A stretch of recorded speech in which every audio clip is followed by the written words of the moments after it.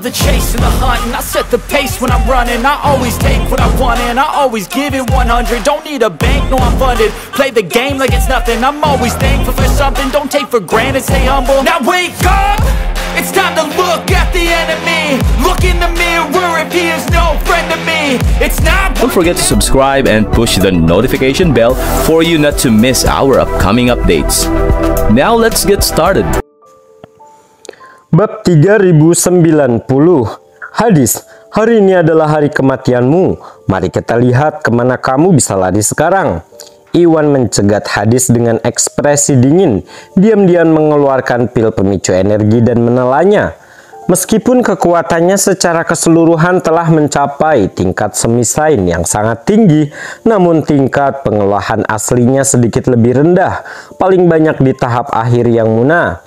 Di sisi lain, Hadis adalah ahli tingkat atas di tahap puncak yang munah. Sebuah kekuatan yang tidak bisa diremehkan. Untuk menghindari kejadian tak terduga, Iwan tidak berani mengambil resiko. Dia pun mengkonsumsi pil pemicu energi, bersiap untuk menghadapi Hadis terlebih dahulu. Iwan, tidak ada dendam di antara kita.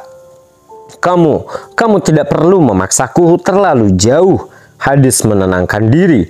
Wajahnya pucat, matanya pun menunjukkan ketakutan saat dia menatap Iwan. Sebelumnya saat menyelamatkan bos selatan di wilayah selatan, dia mengetahui dari bos selatan bahwa Iwan memiliki kekuatan energi potensial ranah pedang yang sangat kuat.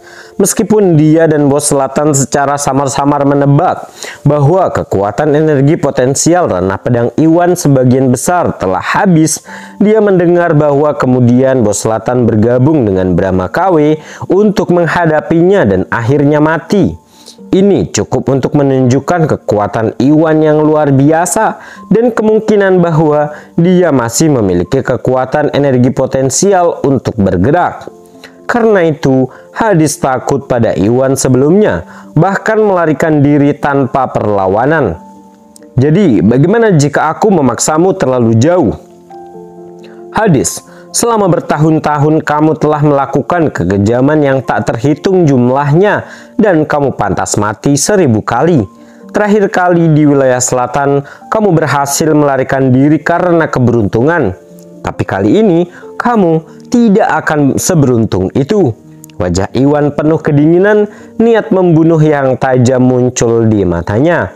Ingin sekali melenyapkan penjahat keji ini, namun dia hanya meminum pil pemicu energi dan efeknya belum sepenuhnya terasa. Masalah ini tidak bisa diburu-buru, jadi dia menahan diri tidak langsung bergerak melawan Hadis. Kamu merasakan niat membunuh yang kuat dari Iwan. Hadis tahu dia tidak mungkin bisa melarikan diri kali ini. Dia pun menguatkan hatinya. Keganasannya diprovokasi oleh Iwan. Iwan, tidak perlu terlalu sombong. Meskipun kamu membunuh Raja Iblis terakhir kali, kekuatanku jauh lebih unggul dari dia. Tidak akan mudah bagimu untuk menghadapiku. Wajah Hadis tegas dan garang, berusaha meningkatkan keberaniannya. Apa? Penjahat kelas ketiga dalam daftar kriminal Raja Iblis dibunuh oleh Tuan Gusnadi ini? Mendengar ini, semua orang kaget dan terpana dengan perkataan Hadis, terutama Karto dan keluarga Summer. Orang tua dan kakak laki-laki Sally meninggal di tangan Raja Iblis. Sekarang di perkataan Hadis, mereka mengetahui bahwa orang yang membunuh Raja Iblis tidak lain dan tidak bukan adalah Iwan sebelum mereka. Mereka pun keheranan tak terlukiskan. Nona Kusumo, Nona Laksamana, apakah yang dikatakan Hadis benar? Apakah Tuan Gusnadi adalah dermawan terbesar yang membunuh Raja Iblis untuk keluarga Summer? Sally yang mendapatkan kembali ketenangannya mau tidak mau menatap Yuni dan Rina dengan tatapan tidak percaya. Menurut laporan organisasi Drakmar, dia selalu percaya bahwa orang yang membunuh Raja Iblis adalah master dari organisasi Drakmar wilayah selatan. Dia bahkan mengatakan kepada Iwan dan yang lainnya sebelumnya bahwa dia ingin bertemu dengan dermawan hebat yang membalaskan dendam orang tua dan kakak laki-lakinya. Tetapi sekarang dia tidak pernah membayangkan bahwa sang dermawan itu yang begitu jauh namun ternyata begitu dekat. Dia adalah Iwan. Ini di luar dugaan. Jika dia tidak mendengarkan dengan telinganya, dia tidak akan mempercayainya bahkan jika dia dipukuli sampai mati.